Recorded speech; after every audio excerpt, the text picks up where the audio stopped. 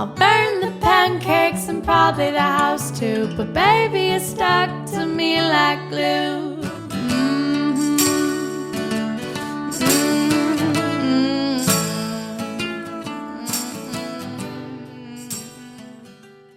Hey everybody, thanks for checking back in. This is episode 8. I apologize to my editor in advance. There's going to be a lot of long pauses, I presume, and it's going to take me a little bit of time to get through this episode, so bear with me on this one.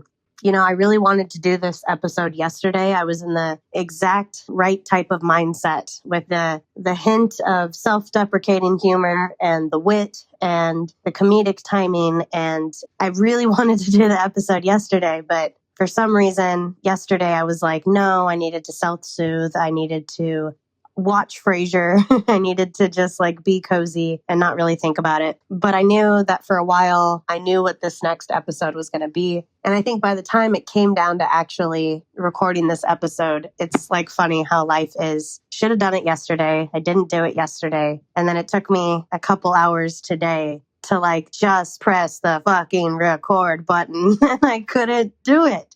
I was pacing, I was sitting, and then I was standing, and then I was pacing, and I was sitting, and I was standing, cuddled with my cat, went outside, came back in, and I'm like, fuck, Evelyn, just do it. And I really, like yesterday and for the last couple weeks, I was like, no, I really want to make a point in this episode of talking about, you know, different people's perception of what like a monster is or what evil is. And I had it all planned out how I was going to make fun of these people that stand in these long lines to go to Not Scary Farm or Universal during Halloween time, or the people that are just like waiting hours and hours for the Queen Mary to open during Dark Harbor. And, you know, they get so jazzed at the idea of being scared. And I was going to go into the whole bit where, you know, I've been told that I don't really understand it. There's one theory that some people like to be scared and they're really into like horror films that, you know, whether their life is very privileged or really basic and they just want to feel something. And so it's very exciting for them to watch something very violent and very gory because they like being scared and it's cool and it's funny. And I was going to mock those people, and it's just like not where I'm at right now. I'm like, I don't even like want to go that route. But I did promise you guys that I was going to talk about a taste of something that happened to me back in like 2023. And I apologize in advance. It's like I told myself yesterday would have been the day to do it. I was in the mood to do it. And all I did was just sit in front of the TV. And then today, here I am doing it. And it doesn't feel right. It doesn't feel witty and catchphrasy. And, it doesn't feel like there's this like lavish entertainment value. And I was like stewing like, okay, well, are you going to put this episode off? Are you going to do it on another day? And I'm just like, no, like, you owe it to yourself to do it. And whatever type of day comes at you, there's always going to be a better time to say or to do something. And does that mean that you don't do it at all? Or does that mean you push through when it feels a little bit weird and not comfortable? So here I am doing it today, right now. And this is what's going to come out. And it might not have been in the way that I wanted it to, but this is, apparently in reality, it needed to come out like this on this day. So here we go. There's an incident that happened back in 2023. When I was living in this particular city, I'm going to try to not to call it out. This episode is not to call any particular type of business or any type of thing out and point fingers and say, shame on you, da-da-da-da-da. So I don't even know like how to do this because I'm trying to be as like raw and genuine as I can. So, pardon me for kind of just like spewing it out in this like super awkward way, but hopefully it will make sense when it makes sense. I thought the title of this episode was exactly what I needed it to be because, back in the day, right out of college, no, it wasn't out of college. It was like in between this like summer and winter of like going into school. Like I used to work at Not Scary Farm for 2 years. And this is before like life had its way with me. And I was like jaded, before things changed and I got older. And in hindsight, I'm like, you used to be a monster at Not Scary Farm. And it was like this cute, like charming little thing. And, I had a joke with my friends at Not Scary Farm. Like I was in this maze. It was the final year of the maze and they were doing Dia de los Muertos. And it was so funny. You would not see this now. But, I was one of the cantina girls. And so me and my coworker, we were basically told, like, hey, you guys are in the cantina, you're monsters, like, you have face makeup. And yes, there are poles on this stage. We're not going to tell you what to do, but have fun. And I think it became a joke with us where we're like, you know, in these like cantina outfits and we're monsters, but there's poles and we're like, how are we going to make this scary? So I think we were like, let's just try to make people laugh as they come through our maze, you know, and it was so weird. We're like swinging on the poles and we're like doing like a, you know, a strip tease kind of thing without the stripping, I guess. And that year was funny for me because I made like $350, which was like way more money than I ever made like during the whole time at Halloween Haunt. And it was just funny, the types of people that would come through and, you know, there'd be people throwing money at us or people that were like standing in front of us, like holding money in to take a picture. And my friend and I got like, you know, silly about it. And we're like, oh, you're going to like pose for social media and say that you like took this picture next to this like quote stripper. Like, well, at the end of the photo, we're going to like pick up the money and we're going to like take it out of your hands because you're being like a bastard. And, you know, we're doing things like that. And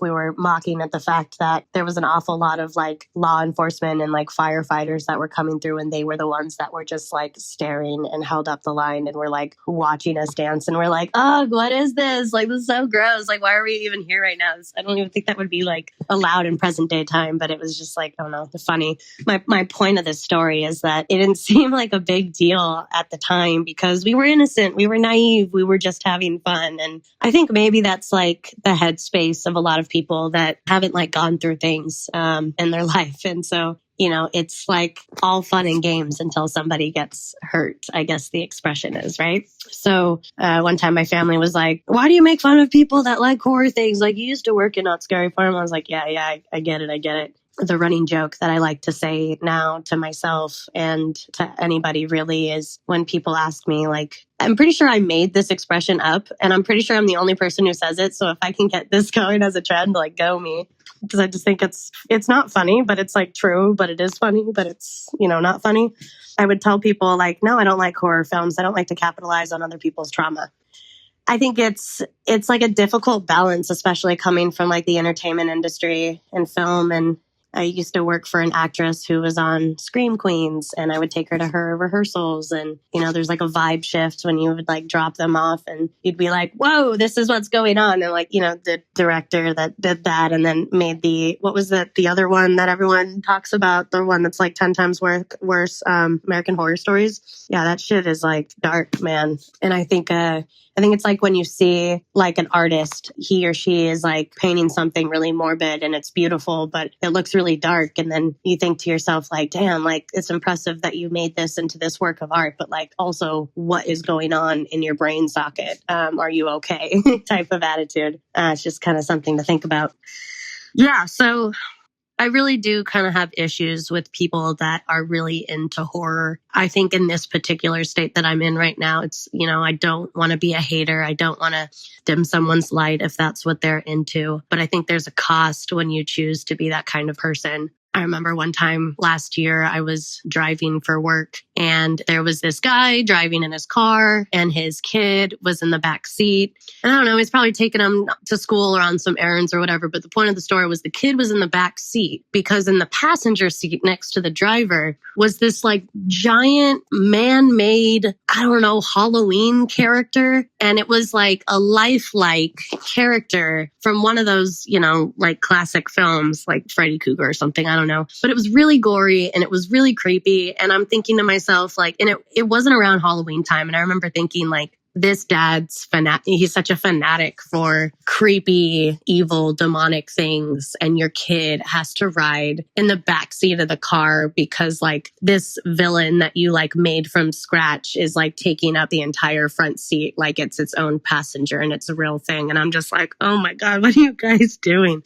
I don't know if you've seen things like that, but it's kind of like wild to me. So this episode probably should be a little bit like fair warned, you know, if you're sensitive to things or triggered by certain things, like you should either like turn this off immediately or, really put yourself in a mental safe space to continue listening to this story. That's your disclaimer, and leave now or stay for the journey. I think I also had a difficult time trying to figure out how I was going to word this today. Yesterday, it wouldn't have been a problem and it just would have like come out of me. But today it's just like, oh my God. And I feel like it's hard for me to talk about this because it feels like I'm opening a wound intentionally, something that I don't necessarily try to keep repressed, but it pops up randomly, like in places like at work or at a social event or you living your life. And it's like never a right time where you can just sit and think about it. And now it's like, it's all I'm thinking about. And I have to like look to my left and right. And I'm like, okay, my cat is next to me.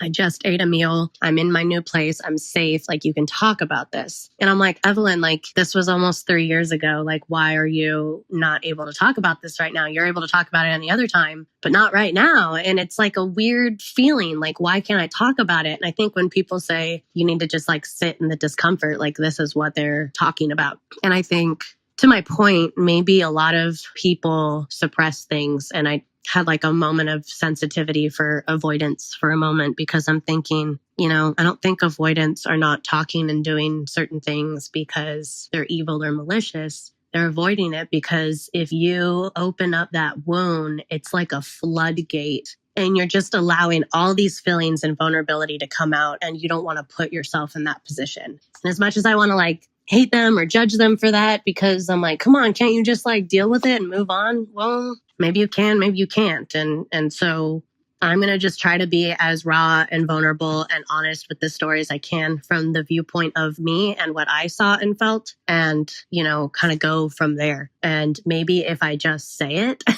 we can kind of get through it and kind of talk about it later.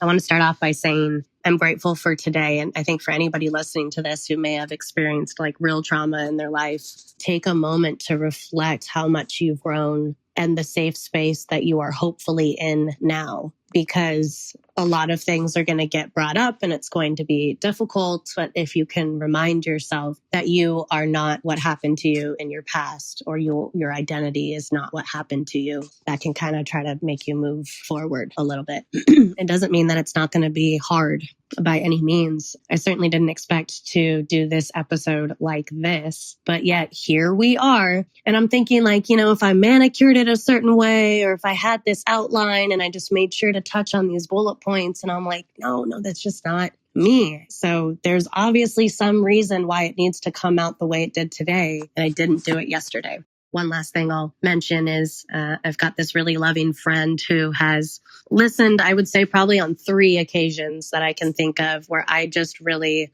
laid it all out for him. And I can say that in my life, besides my therapist, the only person who knows in extreme detail what has happened to me is this one friend that I've had for like over a decade. And he gave me this most incredibly sound advice, something that I kind of need to tell myself right now, which is, he said, Evelyn, you were on this mission and you were grinding so hard to get yourself to a better place and you didn't stop until you got there. That like you feel guilty for sitting down and like binge watching a TV show. And I'm like, yeah, but after day 3 or day 5 or day 8, like you need to stop binging and you need to like move on with your life and go and go and go. And he was like, no, Evelyn. He's like, why aren't you allowing yourself to just watch TV? Just sit there and watch TV and be cuddled up in blankets. Like, why can't you allow yourself to do that? And I try to overanalyze it. Like, am I depressed? Am I escaping reality? Like, am I watching this show because I don't want to deal with something? And for whatever the reason is, it's like hard for me to just like sit there and just be present and sit there after a long day and just enjoy some brainless TV. Currently, I'm rewatching Frasier, the original series, not the modern day one that only lasted like, 2 seasons, 3 seasons. And I love it. I think one of the reasons why I love it is because it like takes me back to a time that is harder to see now with like manners and politeness and class and bouginess. And like, I don't know, it just feels like relatable in some ways and I like it. And I'm going on a tangent about something I don't need to go on. But, I told myself today and I had like 3 reminders in my phone for when I got home. Evelyn, you are not going to go home and watch Frasier. You're going to do this episode no matter how you're thinking or feeling. You're just going to push it out. Let's go. And I'm like, but this isn't the time to do it. Yesterday was. Anyways, whatever. So I'm basically going to tell you a story of why I don't like Halloween, why I'm against people that are completely just engulfed and obsessive with gore and violence and pain and torture. And it's just something that really irks me. And I had this friend one time and she was like, oh, so come Halloween time, like you're not going to go with us to Not Scary Farm? And I'm just like, no, you're going to have to be spooky with somebody else. Like, that's not going to be me. And she was kind of respectful about it, but she also just thought I was being like stupid, like just go have fun with the girls and like be scared and just enjoy it. And it's not a big deal. And I'm like, well, it is to me. So here it goes. I've tried to do some creative writing assignments as an outlet. And I wrote part of this in a short story that's like saved in my notes. And the note title is, Am I a Writer? ? And I thought to myself, like literally right after the incident, I was trying to document the houses and the alleyways and the people. And I was like, I'm going to make a documentary about this and people are going to see that this is like real life. And when I further got my devices stolen, like ironically, there goes all the pictures and everything. And so I guess the last method of proof is just my voice and what happened. And I'm going to just try to be as delicate as I can and just push through it. Well, it took me 24 minutes to say all of that. So about 3 years ago, I was living in my studio apartment and oh God, you guys, I'm going to try so hard to do this. It's like not a big deal, but it is a big deal. And I think what bothers me is like, I keep thinking to all the people that are so obsessed with gore and violence, I'm like, do I need to add details or fabricate things or add these other parts and make it sound more gory so that people think it is as bad as it was? And then I'm thinking to myself, like, Evelyn, like, it's as bad as what it is. Like, if you feel like you need to cater to people that are desensitized or have normalized bad behavior, like, this is just not for them. So don't even worry about that. 3 years ago, I was in my apartment and this was right after a government job that I was working and I was applying for jobs. And, you know, I think at the time it felt like I was unemployed for like 6 months. In reality, it was probably like 2 or 3 months of unemployment. But when you're just like sitting at home applying to like well over 100 jobs every week, like it got discouraging after a while. And I was like desperate, applying like basically anyone that would take me so that when like the bottom feeder places weren't taking me, I was like really taking it to heart. And so I'm sitting at the computer, like doing my job search. And I'm just like kind of had tunnel vision at this point. And I was like, oh my God, stop applying for jobs, like take a break. And this is back when I used to be a cannabis smoker. And I was like, all right, taking a break, pull out my weed stick, smoke it a little bit. All right, that's cool. That didn't really help kind of calm me down. And I was just kind of antsy at this point. Like I wanted to get out of the house. And so I like look out my window and right across from this alley of mine was this trap house. You could just look out the window and it's right there. And I think to one of my bigger flaws, and this is not to say don't do nice things for people because it'll just bite you on the butt. Like that's not the moral of this story, but I am typically the kind of person, like I'm not going to judge a book by its cover. And if you look a certain way or act a certain way, I'm not going to judge you based off of what that looks like. Maybe in this particular situation, I probably should have, but I was smoking weed and I wanted a cigarette and I wanted to relax. So, you know, whatever. I went outside and I saw a couple of guys that were leaning up against the trap house and they were smoking. And, you know, I didn't really know them, but I knew of them because they were like my neighbors and I was unemployed. So I did a lot of like looking out my window and just like staring and collecting data for myself.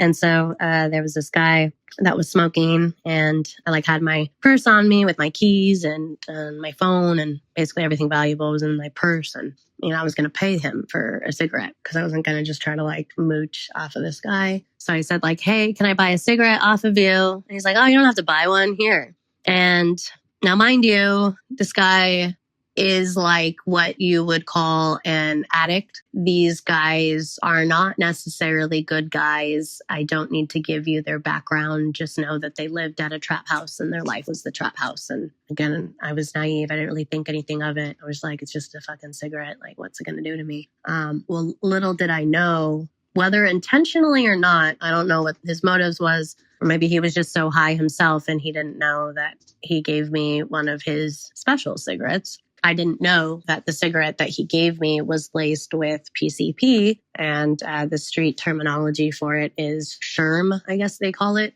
And so I put it to my mouth, I smoke it thinking it's a normal cigarette, and within seconds, milliseconds, my brain went into like another dimension, to say the least. I think the thing about trauma and also psychosis is, at least in my experience, the really, really fucked up scary part about psychosis, at least for me, is that 50% of you mentally and physically is inside your body and knows exactly what's going on, about 50%. And then you break that second 50% up in quarters, and 25% is trauma, like what's happening to you, and the other like 25% or 50% is like taken over by like you being completely out of your mind. And unfortunately, the part that's completely out of your mind is the one that's controlling how you think, how you feel, your actions. So even though on the inside it's almost like you're trapped in your body, but you can't, like, you see what's happening but you can't do anything about it. It's a really scary, uncomfortable feeling.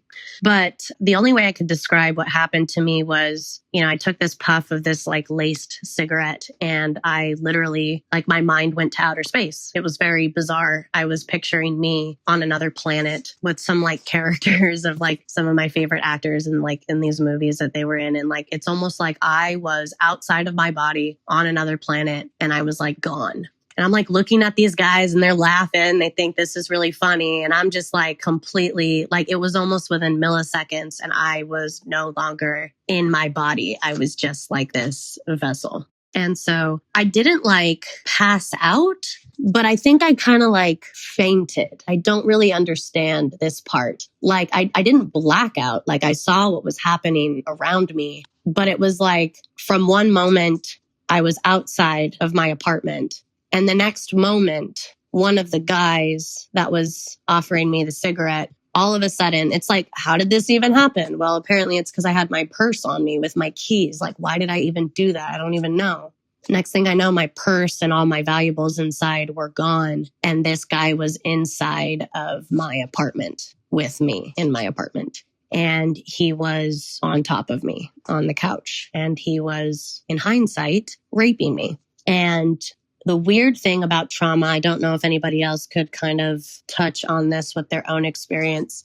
It's like it doesn't make sense until you kind of like break it down, probably with like a psychologist or a neuroscientist or something that could kind of like go through all of this. But basically, it's like in the moment it was happening, I didn't know I was being raped, because my mind had to go to a happy place to probably not black out and freak out and like go die, right? So here I am in this happy place of mine, which apparently for me, my happy place was feeling like I was a spy, like on a James Bond mission, because I'm like a fanatic of everything James Bond. And I remember thinking when he was raping me, Evelyn, you're on a mission right now. And even though you don't want to do this and you're not okay and you can't say no, you need to just be present in this moment for the mission. You're getting like top secret information, or if you sleep with him, then you're going to have something on him, and you're going to be able to like uncover something and bring that back to the headquarters. Like, this is what was going on in my brain. It was very bizarre that my brain went to that like level. And so at that point, I remember blacking out. I passed out. And when I woke back up, I was no longer on the couch. I was on my bed. And I looked around me and like half my shit in my house was gone. And all I see was that guy standing over me holding my money box that had like all my weed in it and all of my money and some jewelry. And he held it out in front of me and he's like, hey, can I have this? And I was like, huh? And then I like blacked out again.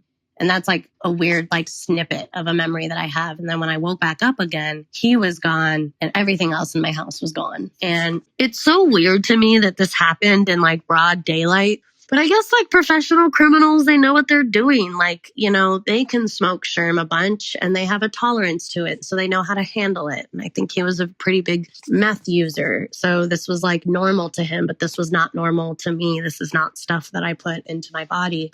And it was, to say the least, like traumatizing. There was half of me that knew what happened, but I was so disassociated from it that I couldn't really comprehend until after what truly was going on. And so, like I said, like I could see what was around me. I knew what was in my soul, but that's not what was coming out of my mouth or out of, my behavior. Like I was to outside people, I looked like a fucking crazy person who was drugged. And then God forbid, people that didn't know what was going on, all they see, like so many of us see in Southern California when you're going through downtown LA or you're going through different cities that are, have a lot of poverty. Like you see these people like half naked, or they're like, their hair's all crazy and they're just walking in the middle of traffic. And you're like, what the fuck? Don't these people see these cars? Like, what are they doing? And so I kind of have like an infinity in my heart for these people, because I hate to say it, I was temporarily one of those people.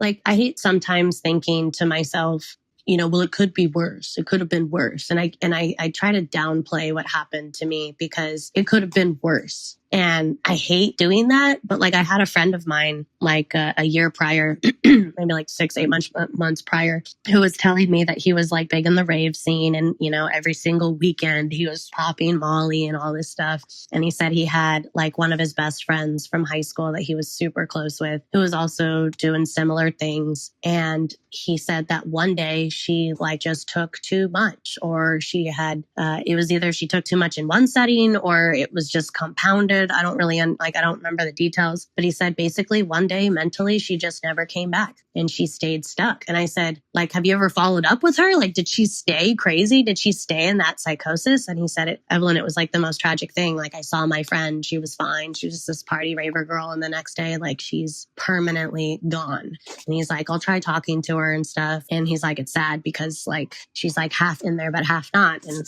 so, I have to count my blessings that thank God I was able to come out of that eventually, but it did take some time. And unfortunately, it was kind of a ripple effect of what happened from being drugged that night, because here I am, the guy left, all my stuff is gone, and like my keys are gone, my phone is gone, my wallet's gone, everything in my house of any sort of value, even random things that weren't valuable but say priceless to me, gone. And so I was out of my mind. At this point, I was not thinking rationally or logically or normally. And I just remember, for some strange reason, again, there's no logic to this, I went out into the streets of where I lived and I just kept walking. I put on some hiking boots and I just kept walking. They walked like all throughout the city, just walking, being completely like drugged out of my mind. And it wasn't like I consciously was like, oh yeah, I'm like drugged out of my mind walking around. It wasn't like I like took some mushrooms and like went on a journey. It wasn't like that. So I ended up near the water. Realistically, I was maybe 1.5 miles away from my home. I easily could have walked back, but again, wasn't thinking logically here. In the like 1.5 miles away, and I'm just walking. I was tired at this point. I didn't have water on me. I didn't have food or phone or anything.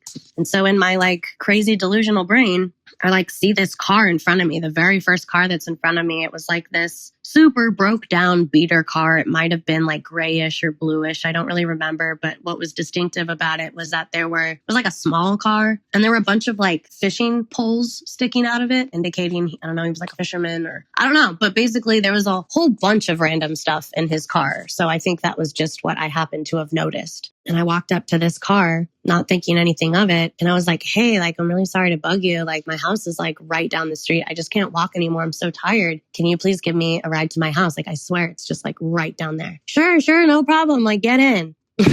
Next thing I know, I'm passed out in his car. And I'm like, how did this happen so quickly? And again, I don't really know all the details. It's just, I got in his car willingly out of my mind, but like, I don't know how like I passed out. Like, I don't know how I got to this next point. It took me like 6 months, 8 months after. And I always asked myself, like, why did I keep blacking out? Like, why did I keep blacking out? Like, I was picturing like pygmy darts. I was like, was somebody like blowing like pygmy darts in the back of my neck? And I was like, again, like, I don't want to say happy place, but like picturing like those, in the Mummy, pew, pew, and they're, and then they pass out. That's what I was thinking. Cause I was like, there's no other way. Like, how did I get drugged? And then I had to do research on GHB, which is, the date rape drug. And I'm like, oh yeah, it's basically like liquid, there's like all sorts of ways to put it in your blood system. So anyways, I'm in this guy's car. I black out. Next thing I know, I'm in this penthouse in Long Beach on one of the beachfront luxury apartment complexes. That is all I will say. And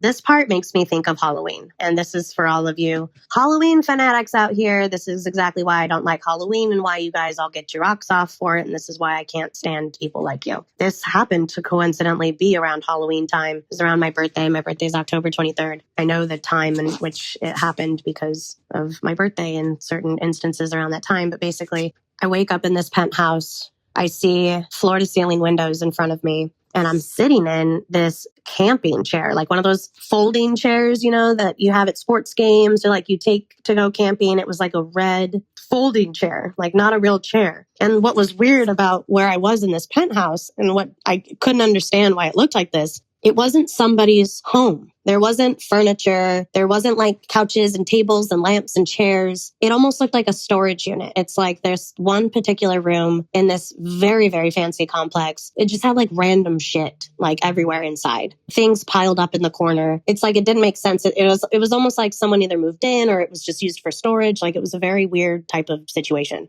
But I remember being in this chair, and this chair is facing the windows, and then you could see the ocean.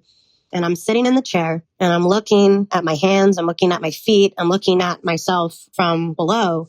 And I'm looking at my hands and my arms, which are on my legs. And I'm staring at my hands. And I'm like, why can't you move your hands? Look at the other hand. Hand, move. Why can't you move your hand? Why can't you move your arms? Trying to wiggle my feet. Why aren't my feet moving? Why am I in this chair, but I'm literally fucking paralyzed? Like I can't move. Then it clicked on me, like in hindsight, oh yeah, when you were drugged, you couldn't move. And one of the symptoms of GHP is like, it's like a tranquilizer. So I was like completely paralyzed from the head to my feet. And there's two guys that are like off in the background on the opposite side of the room. And one of them left. I don't know who the fuck that guy was. And there was just one guy left standing in the corner. Okay. This guy and I make eye contact and he doesn't say one word. He just like looks at me. And I'm thinking to myself, like, why am I here? What is going on? I felt like I was on display. And the feeling that I got was that I was being filmed. It felt like everything was like around like me. And he was looking at me. The stuff was around me. And I see his face. Like I could see him. I could describe what he looked like. But that's not the creepy part. The creepy part is he starts getting closer to me. Again, not saying anything, just like locking eyes with me. And I knew what his intentions were. And I also knew that I couldn't do anything about it. I was paralyzed, literally. And I can't explain this other than I'm like, were you filming this? Because the creepy part is, and the reason why my brain went to thinking I was being filmed was because back in high school, I used to be friends with this like fanatic of like horror films. He was like my best friend. I thought he was the coolest guy. We ended up not being able to stay friends because he was a very dark person. And he introduced me at a very young age to what was called like torture porn and the dark web. And he had these sites that he would go on. And he'd be like, look at this. You could see it. It's live now. And it's people that I asked him, I said, like, are these skits? And he's like, no, this is real life. Like, this is what's happening to them right now. And it was the most like sick, demented, fucked up thing. And I just remember thinking at the time, like, it's almost like I wasn't thinking. I was just watching going like, how is this on the internet? How is this something that people are watching? This is not okay. It wasn't a skit. I mean, you saw sheer terror in their eyes. And I think I had like a flashback of that. And I felt like that was what was happening when I was on that penthouse. And so this guy, he's coming closer and closer. And as he passes the kitchen counter, he picks up a Halloween mask. So I already see his face. I see his face. But he picks up like a skeleton mask and he puts it on his face. So now I'm looking at a guy that has a skeleton face. And he's kind of moving his head around left and right, kind of like in a taunting kind of way. And he's getting closer and closer to me. And at this point, like, God knows what he's going to do, but I know it's not of good intentions. And so I jump to a place that my mom always said to go in case I ever got in trouble. And she always said, if someone tries to hurt you or rape you, just go pee, go to the bathroom. And I remember thinking that's like the stupidest thing I ever heard. And according to her, she said, if you like go pee, that it will deter the person and make them not want to touch you and you would seem gross. And so like being paralyzed and not being able to move, I'm like stuck in this chair. I'm like, okay, like, I guess I got to try it. Like, what other option do I have? And so I started yelling at the guy. I said like, hey, don't do that. I said, I'm going to pee. I have to go to the bathroom. He's like, go to the bathroom. I said, no, like, I'm serious. I'm going to go to the bathroom. Like right here. I can't move. I'm going to go to the bathroom. And he's like, go to the bathroom. I don't care. And I'm like, oh my God, like, how do I make myself gross to this guy right now? How do I get him to not do whatever the fuck he's about to do? Like, I don't know what he's going to do, but like, fuck. And so he comes within inches of me towards my pelvic region. And I said, like, stop it, stand back. Like, I'm going to do it. Like, don't make me do it. And this was not deterring him whatsoever. So I did it. I peed on myself. And I went to the bathroom, sitting in this chair with pee all over me, hoping that that would get him to not want to touch me. And I don't know, maybe if you're that sadistic and fucked, like this doesn't, obviously some people fantasize about golden showers. I don't know. He must have been that type of guy. I don't know. I don't know if it turned him on more. I don't know. But I remember thinking to myself, we can hope. Maybe this is, again, a happy place I had to go into. But I was like, is this guy gay? Because to my knowledge, this guy didn't rape me, but he wanted to go down on me. And I had just finished peeing and he just started slurping me up. And it was the most like vile, disgusting thing that I can ever possibly tell you could happen. And again, I guess some people, like I've heard that this is a trauma response. So I don't know if it was being drugged or if it was trauma. But again, I passed out, completely blacked out, and I was gone. So I don't know what happened after that. I don't know if that's a good thing or a bad thing. All I know is that I passed out. When I woke up, I seemed to have had some form of feeling in my body at this point, and I didn't see the guy. He wasn't in my immediate vicinity. And this was like a studio. It might not have been a studio, but like basically I was near the door. I was probably like 20 feet away from the door, like to the left of me, boom, there's the door. To the right of me, there are the windows. In front of me is the kitchen. And so I didn't see this guy. It was such a snap, quick, knee-jerk reaction. Call it survival, call it whatever. And I didn't see the guy. I apparently had feeling in my body at this point, and I fucking booked it. I opened up that door and I fucking booked it. And I was running through the halls. And what's so weird about like trauma, I don't really know how this works. You're going to have to ask somebody who like studies this for a living, but I can't remember the details of like the hallways or anything. I just remember being like I don't even remember getting out of the door. I don't even know how I got out of the door. I just know that obviously I got out and I was running. And the only place I was able to run to was like a parking structure of the complex from up above. So the parking structure was down below. So I remember getting to this parking structure, which is like attached to the complex. And there were all these like cars, and it was like, this was like broad daylight. Like this was all happening like with people coming in and out of their cars and like coming in and out of the garage.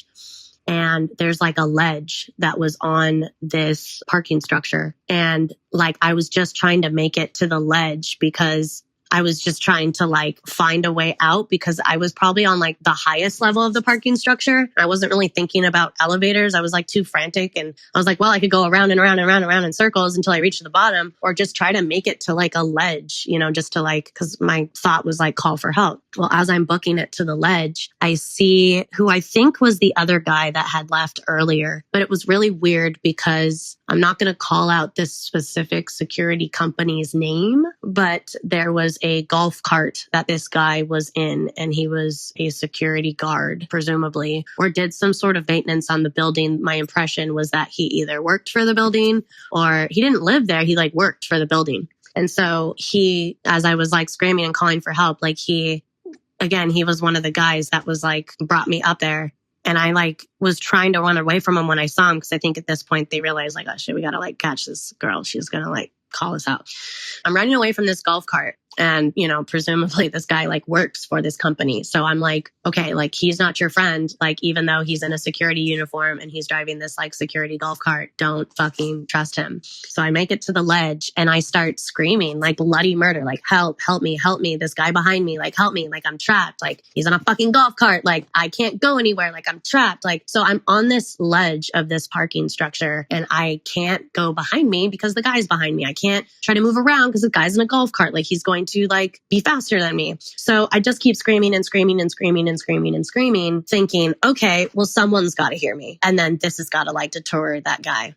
Well, it eventually did. And some people started coming out of their homes, and I try to tell them that what happens, and they have this look of like sheer terror on their face. And I think the guy was just kind of like trying to play it off like, oh yeah, we're trying to get this woman off the ledge. And so this can very easily be taken into like two different viewpoints, depending on like what part of it you're like coming in at.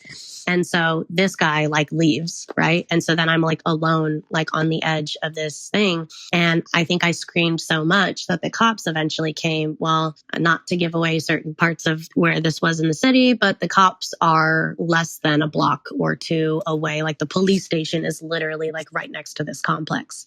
This is pertinent to the story.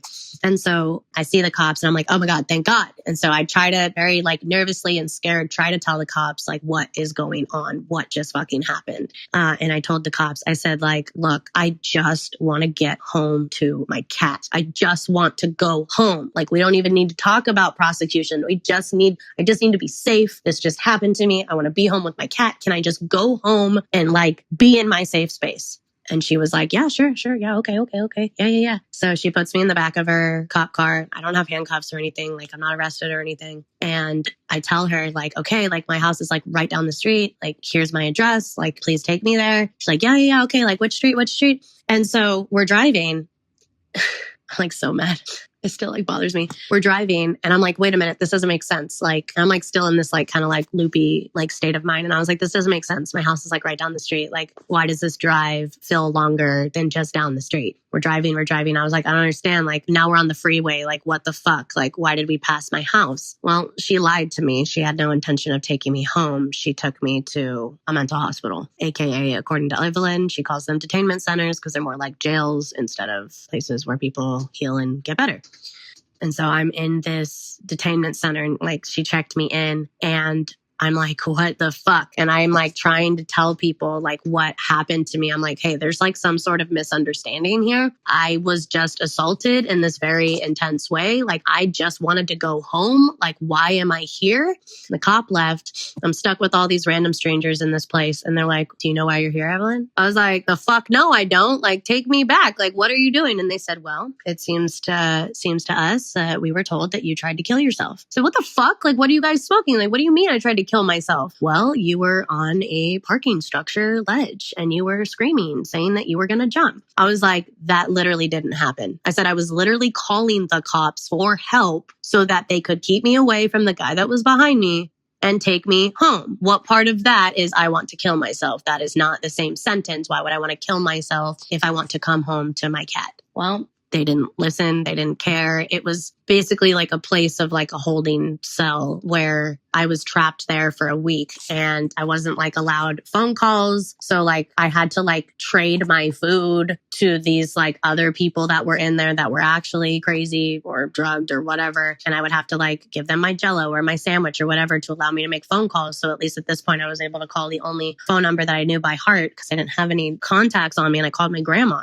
And my grandma said that she tried talking to my mom and she said they put a missing persons like report on me because they didn't hear from me. And I said like, come fucking get me. Like I shouldn't even be here. Like, why am I in here? Like I was so mad. And my mom got on the phone and she's like, I don't really understand. Like, you know, we asked the cops where you were and they all said they didn't know. I was like, what do you mean the cops didn't know? The cops are the ones that fucking put me here. Of course they know where I am. Like they're the ones that put me here. That's another whole conversation for another day. I'm not going to try to get heated with law enforcement right now. Basically, I had to do my quote time. I had to be in this detainment center against my will. I had to go through the steps. I had to do all the things they wanted me to do. It's just like a jail. You could only go outside for a little bit of time, a couple times a day. You had to steal your food so that people weren't standing over you while you were sleeping at night. It was not a great place. There also weren't, I was very surprised in hindsight, not even in hindsight, in that moment. I was like, wait, if this is a mental hospital or if this is a place where people recover, why are there no therapists? Why are there no psychologists? Why are there no places where you can take legal action? Why is there no person in staff where I could say, hey, can we file a report, please? And let's actually go down line by line of everything that happened to me. Those people didn't like exist in that place. It was just like, you get shoved into this place. You have to do what you're told. You have to take these meds or you don't get to leave. That was its own issue. I'm not even going to dive into that because I think that's almost like I get too riled up when I talk about places like that.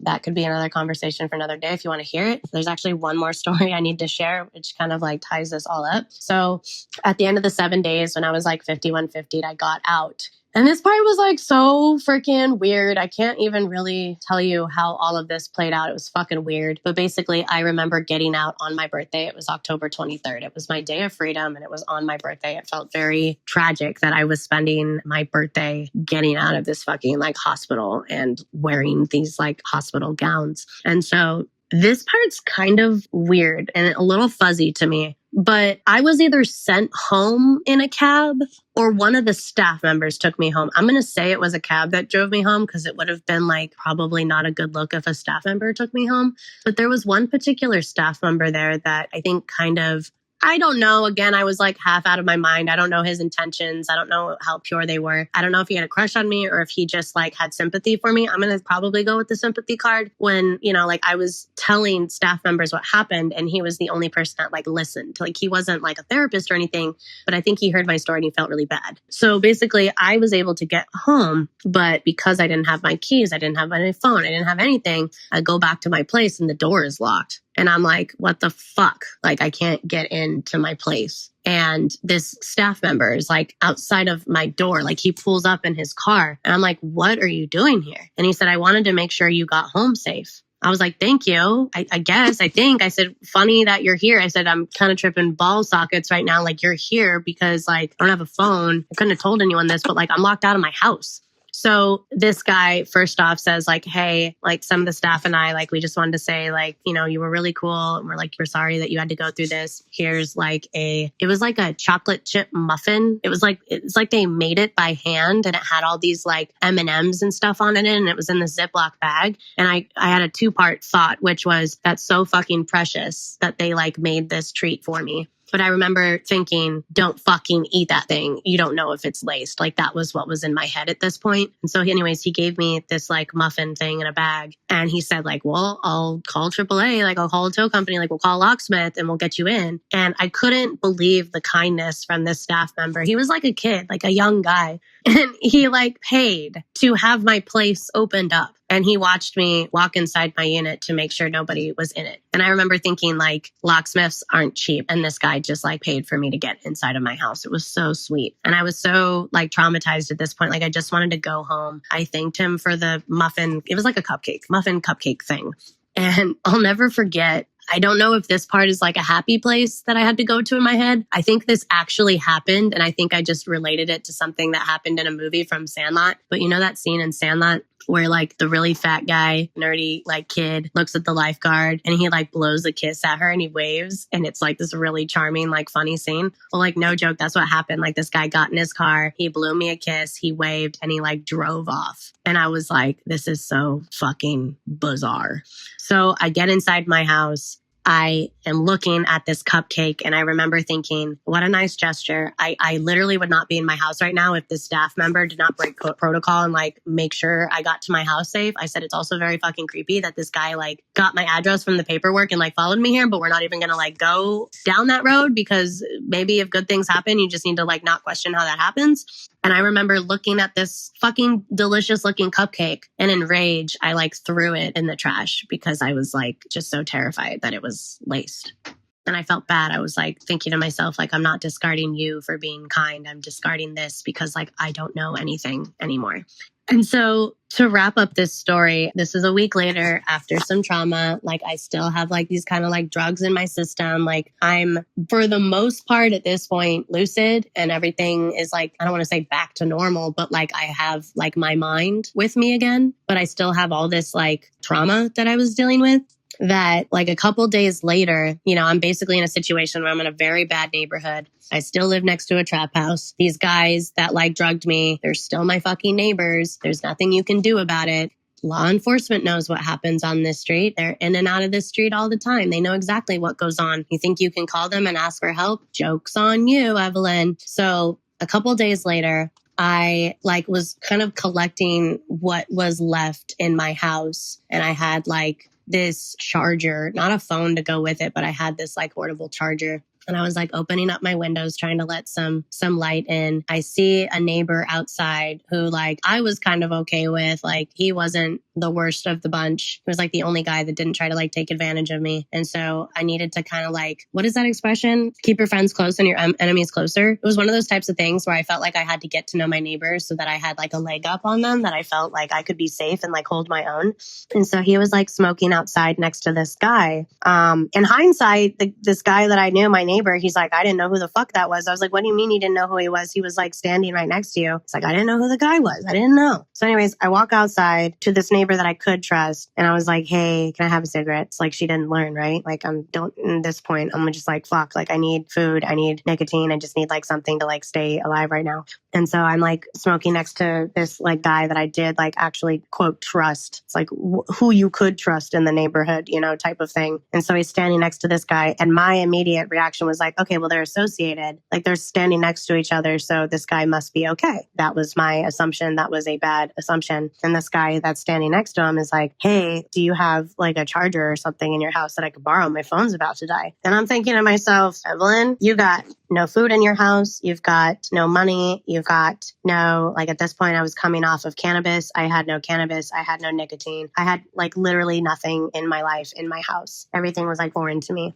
And I'm thinking to myself, if a guy asks you to borrow a charger and like, it felt like a barter system. I was like, if you lend him your charger, you guys will be cool. And then he's not going to fuck with you. Like that was my logic in my brain at the time. And I thought to myself, well, I only have like one portable charger and one like cable charger.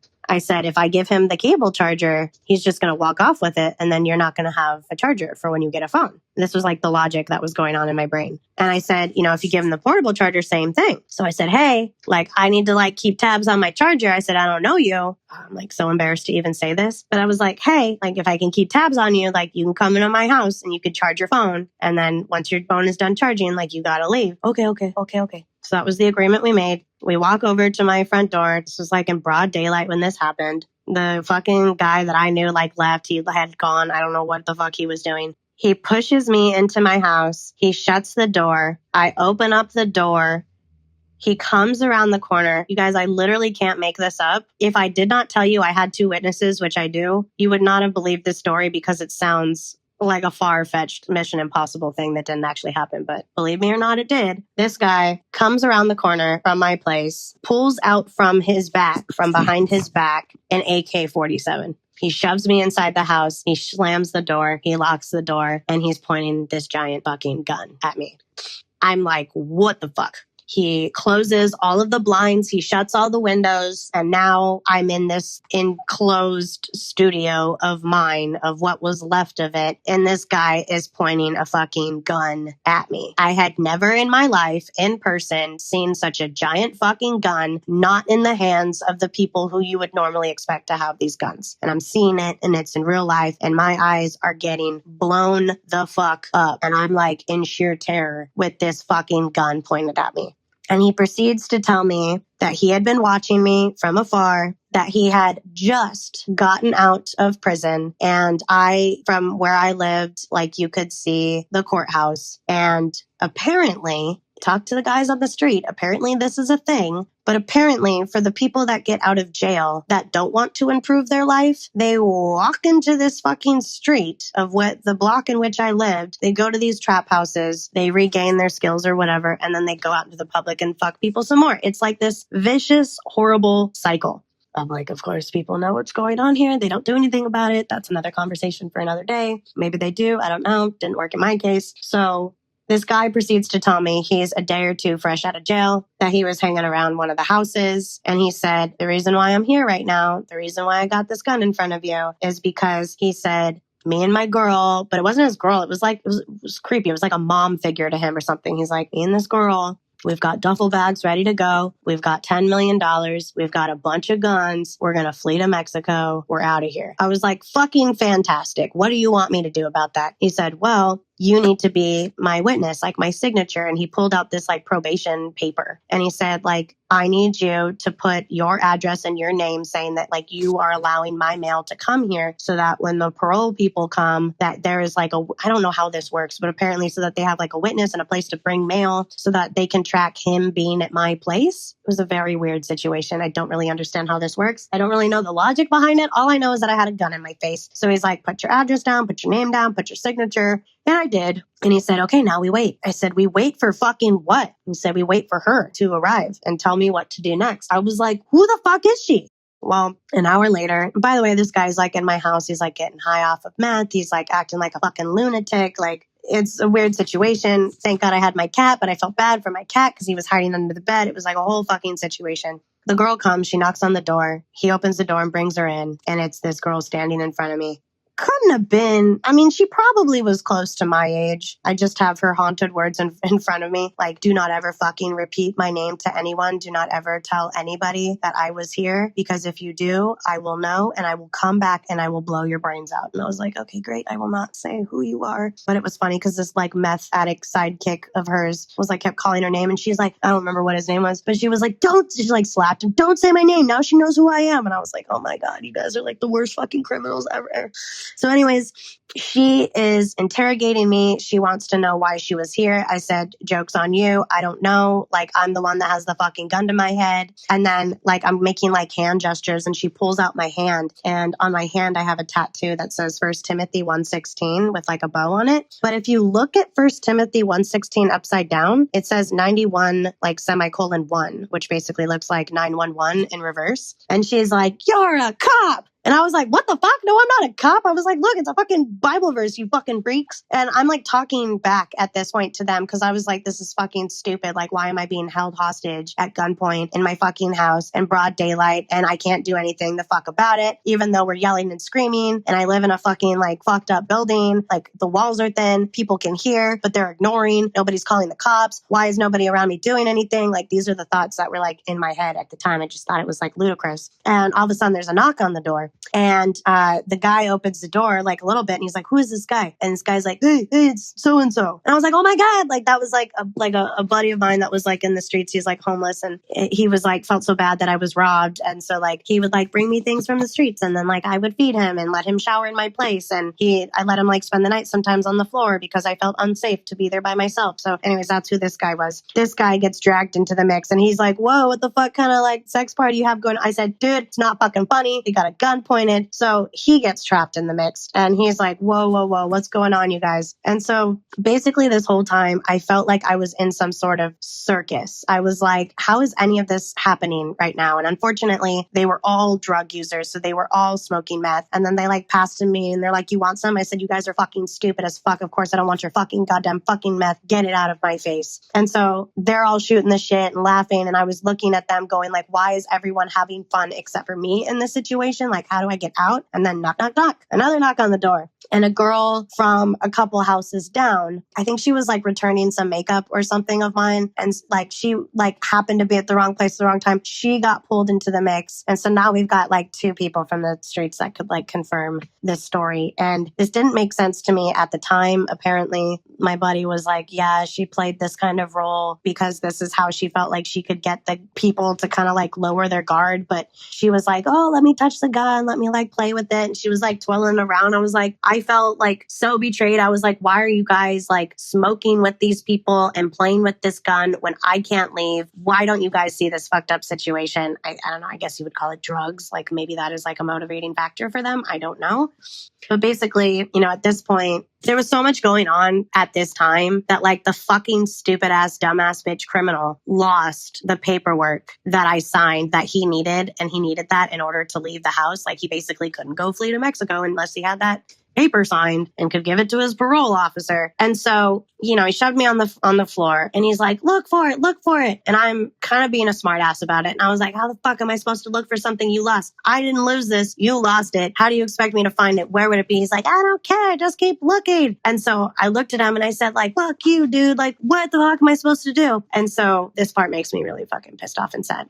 This girl gets mad because at this point she wants to leave. She wants to get out. I'm not cooperating is the word. She takes the back of the AK-47. She shoves it into my fucking cat. My cat squeals and runs away. And I look at her like, you did not just fucking hurt my cat. At this point, I'm like, calm down, Evelyn. Be fucking compliant. Do what they fucking say. And look for this stupid paper. And so at this point, my place is completely disheveled. Anything that's left in my place, it's like papers and random shit all over the place. And I'm like crawling all over the floors, like trying to find this paper. It turns out like 20 minutes later, like the guy finds the paper like on him. And he's like, oh, well, we're good now. I guess we could go. And at this point, the sun is starting to come up because at this point it had been like 12 hours and it went all the way into the wee hours of the night. And they wanted to leave before the sun got up so that people did not see them leave. So they grabbed whatever was left that was not stolen the first time, put it in this giant bag. It was the one thing that they took was my Nickelodeon signed poster that my boss gave me when I worked for him. And it was like signed by like all the major like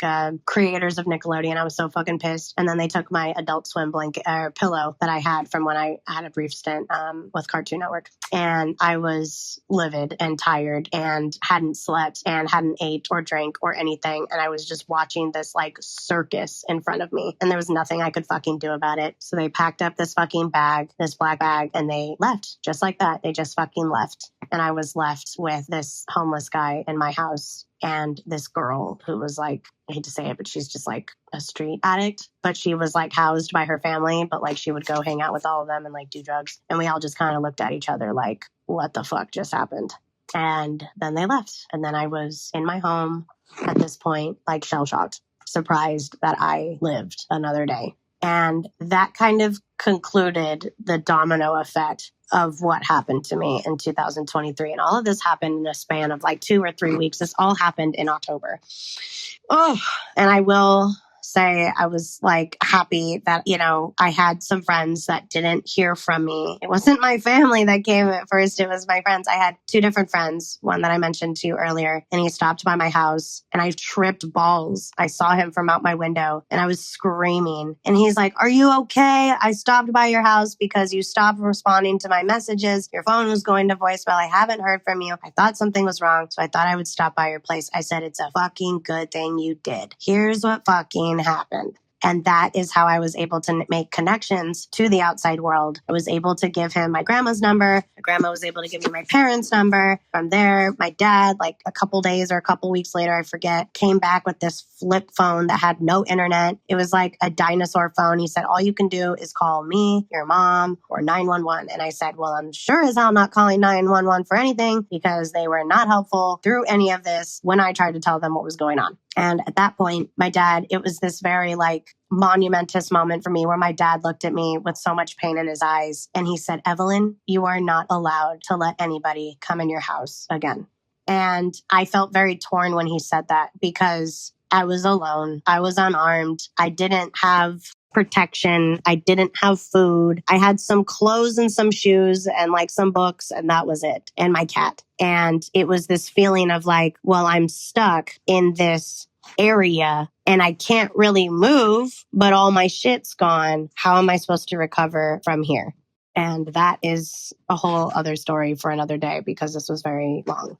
But I had to slowly get back down to, I guess, like level, like ground zero. And I had to push through from there. And it was hard because what I needed at the time to feel safe was I needed someone to stay with me at my house. I needed somebody to be there with me. I needed somebody to protect me and not leave my side and not go home and just stay with me and be with me because I was scared. So when my dad said, "You're not allowed to have anybody in the house because this is how that shit happens," I said, "Okay, but then who's going to come over to make sure that nobody is going to be laying on top of me? Who is going to be here so that when I open my door, I'm not getting shoved in the house with a gun pointed out in my face?" At this point, there was so much shit that was going on. Like I needed to have somebody there. And there was nobody there that could be there for me. And so it took about a month of, because this is just the type A personality I am. I was like, do whatever you can to quickly make everything look really normal so that you can get as far away from what had happened to you. So that when you go back into society and in the world, that these aren't the stories they're hearing. This isn't what people are seeing and thinking and feeling, and just try to be as normal as possible and go back to what you were doing before and apply for jobs and apply to all these things so that you can go back to normal life. I don't think there's a normal life after everything that happened, but it's funny when I first started saying this to you guys, it was really hard to say. And then I just had to let it all pour out. And my cat just like looked at me just now. And Valentine's Day was a couple days ago. And I remember thinking, like, I was snuggling with my cat. We were watching Frasier and I was sick. So like, I wanted to like eat a bunch of food and treat myself to a nice like Indian meal or Thai. And I couldn't because I had no taste buds. And so I was just laying in bed, chilling with my cat. And like I was crying because I said, Sebastian, this is the best Valentine's Day I've ever had. And it's being with the one thing or person or entity that has literally seen me through it all in all stages of everything that's ever happened to me. And you are right here on the bed with me, purring, and you're with me. And we're in our new home and we're away from danger. And here we are. It took me, I was kind of a maniac about it. I guess you could say I channeled all of my fear and pain and trauma into work. And I had two choices. It was either go be homeless and go die and pick up drugs and become like a hooligan in the streets, or play the victim card and go to therapy 3 times a week for 4 hours a day and not have a normal job and not be able to pay bills. And, oh, you can't, like, there's nobody with family that you can stay with. So like your choices are like homelessness or figure your shit out. And so I went the drill sergeant route and I said, Evelyn, you are not leaving this scary, dangerous neighborhood until you have left and made something better for yourself. So about 1.5 years after that happened, I grinded and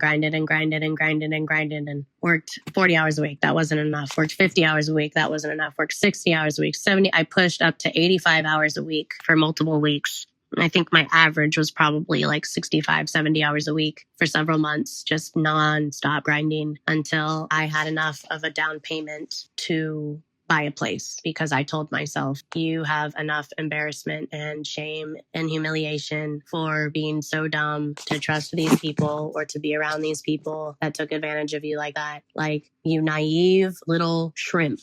What were you thinking? Like, you are not going to leave this place until you've made something 10 times better for yourself. And so that's what I did. That is the only thing that really helped me get through, was if I had a goal, if I had a mission, if I had something on the other end that I could achieve, then that means I could make myself better than what I was before. And at this point, it's been, 2.5 years? No, it's got to be longer than that. Over 2.5 years. My sobriety date was like May 6th, I think, of 24 of the following year. It took me a while to finally be able to like cut that cord, but I got off cannabis completely. That was more of just like a thing where I told myself, like, you are not allowed to be in vulnerable situations. And if getting high, even if it's legal, even if it's normalized, don't do it anymore. And I've kind of gone 180 where I'm like an advocate now against cannabis, like so strong. I'm like, anything that alters your state of mind is like bad. Like, I'll barely even touch alcohol because like I don't like being in an altered state of mind. And I'm very adamant about that. I'd be an advocate for that like any day of the week. That also goes into like being okay with your reality and like, accepting it for what it is. And, anything could be a vice, food, medication, sex, drugs, whatever. Mine was cannabis, and I'm glad I got off of it, but it was not easy. Like I said, I just poured all of that mental energy into myself. All I had was myself, really, and my cat. And I love my cat so much. I thank God every day that I have him. He is my rock. And I don't like to think about, the timeline of cats' lives, but I know that every moment. And when I think about how precious life is, I think about how much I love my cat and how he has been there for me through it all, as he's like licking himself on the bed right now.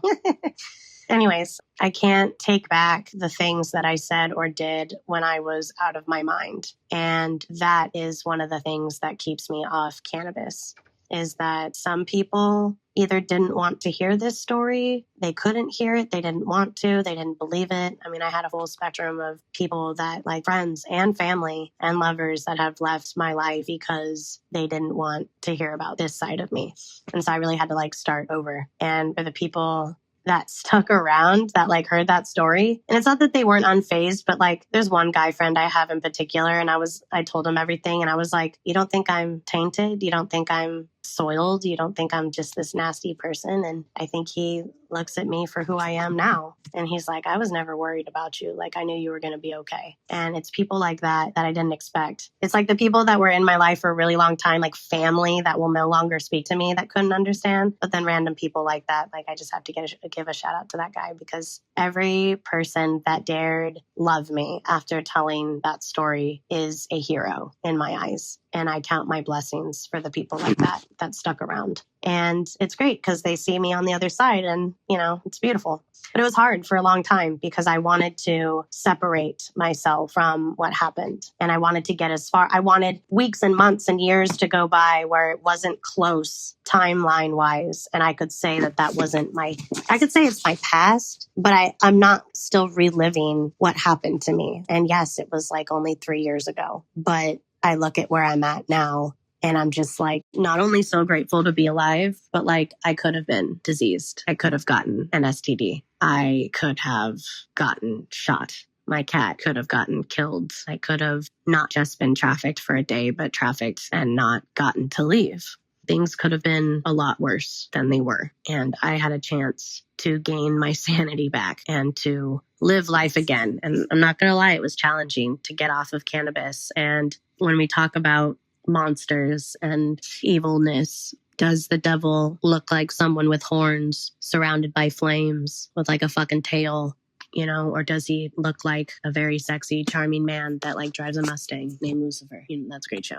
We don't know really what bad people look like. And I think what I was wanting to try to say yesterday, which is kind of important to me, I guess, to bring up is people can say what happened to me was scary, and it was. And believe me, I don't want to ever have to relive it or go through it again. But to me, what Halloween is, to me, what is evil on this planet, what is scary, what is dangerous in our world are the people in uniform that did nothing about what happened to me. The people that got an insurance bonus for sending me to a hospital instead of taking me home and doing the right thing and letting me heal. But because you get a cut, you dragged me into that place. The people that I called for help, and they said, well, did you have a camera on the inside of your studio documenting everything that you said? And I looked at the cop and I said, are you asking me if I had a camera surveilling the inside of my house when I was raped? Like, I'm sorry, do you have cameras in your house? Does anybody on the planet keep a camera in their house filming them at all times? No, I didn't. Can you see what's around you right now? Can you not at least investigate that or open up an investigation? And he basically was like, well, you don't have proof. Can't really do much about that, can we? It wasn't until 6-8 months after that someone was like, you didn't take a rape kit test? Why didn't they ask you to take a test? And I didn't know what that was until several months later. And what's scary to me is when you go to help from the people that you thought were supposed to protect you or help you, and they didn't give you pamphlets or resources or things that they could do. They just said, well, next time you see the guy, we could come back. I said, but you guys come back hours after I call you. I said, what do you want me to do? He's my neighbor. I said, unless you arrest him on the spot, what are you going to do? Go over there, tell him that I sent you, and then what? As soon as you leave, he's going to break down my fucking windows and kill me? I basically kind of said that to the cop. And he was like, hey, man, we're just trying to keep the peace. I was like, fuck, sure you aren't. To me, that's scary. It did suck having all that stuff happen to me. It did suck being drugged and being raped and being out of my mind. But I think what scared me more is the reality of falling through the cracks or a corrupt system or people that care more about their drug deals. I guess it's the thing on my particular old block where I used to live. I found out a couple months later. Interestingly enough, it was I was on an Uber ride and this guy's like, oh, I know where you lived. My cousin lived in that unit right next to you. I said, no, the fuck way. And he's like, yeah, didn't you know, the guy that owns those trap houses, he is ex-military and he'll shake hands with the cops and they'll do their little drug deals and their money. And that's why they didn't help you because blah, blah, blah. So are you fucking serious? And whether or not that's true, whether or not when I called the advocate groups from the sex trafficking organizations that said that most of the victims and survivors of human trafficking do not want to talk to the law enforcement because oftentimes they are in on it. And yes, how could something like that happen right next to you without them knowing? Probably because they did know what was going on. I mean, there's lots of theories and we're not going to get into it because I'm sorry, I don't know if you know cops in America and maybe you have a different experience than me, but you don't want to piss them off. You don't want things to go out and be said about you and you don't want to get hurt and you don't want somebody coming after you. So I need to keep it kind of vague in that department. And I was specific not to describe them or say which districts or say which counties or names or profiles. I'm just leaving it at that. So that, my friends, is why I don't like Halloween, gore, violence, why I don't like fanatics, people that are insane about horror films and scary things, because I don't like to capitalize on other people's trauma.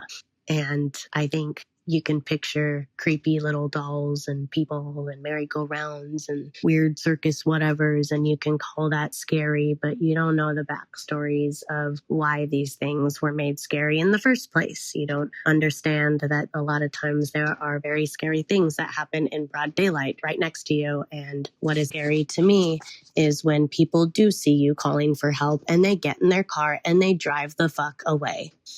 It takes a lot of work to be in a place now where I can even have hope for a brighter future or not see the whole world as tainted and jaded and fucked up. And I have my reasons for not liking social media. I have my reasons for not liking news outlets and law enforcement and hospitals and doctors. But I really do need to point out that there are some exceptionally wonderful, caring people out there that do care. And I hope you find those people. It took me a long time to find my therapist. It took me a long time to build back up my network and get to a place where I'm okay now. And that is what I should be focusing on. You can find a lot of shit in this world, and you will be a really fucked up, broken victim in this world if you only focus on the bad. But when you find that there is so much goodness and beauty in this world to hold on to, or think the moments where you came out of it alive or you came out of it sane, those are blessings to hold on to. I want to thank you for listening to my story. I think it's interesting that like my windows are banging and there's like a ton of wind, and this is just after the rain and it's like moody outside, and you know, this is perfect like spooky weather story time. I just don't like when people have to lean in on that type of stuff, and it's just, I don't know. I'd be curious the types of people that listen to this. Are they the ones that are like, yeah, I'm going to jack off to some gore right now? Or are they going to be people that relate to trauma and injustice in the world, or a spectrum in between? And maybe the people that just love Halloween year round, it's their favorite holiday of the year. I hope this has given you some perspective. And believe me, to those people that wish that they felt a little more in their life and had some zest and excitement, no, you don't want this wished upon you. You don't. So please just be grateful that this didn't happen to you. Anyways, thank you for listening, and just thank you for holding space. And if you know somebody who has gone through something struggling in their life, can you please reach out? I know the trope, well, if you got nothing nice to say, don't say it at all, or, oh, I can't help or support them because I didn't know what to say, so I said nothing at all. I don't know, man. Just acknowledge those people. Just be there and hold space for those people. We're not trying to be desensitized and normalize bad behavior. I think we can not do that. And let's just be better humans where we can. I want to acknowledge that there are a lot of people in the medical industry that I have heard that, you know, they do that in their day job, and then they have a podcast and they talk about like learning for people that want to know more in their field. And there are people that spend the time and the resources and their money to care about people that want to help and make a difference in people's lives. And we need to thank and appreciate those people because they are heroes. All right, you guys. Until next time. Catch you guys later. Besos.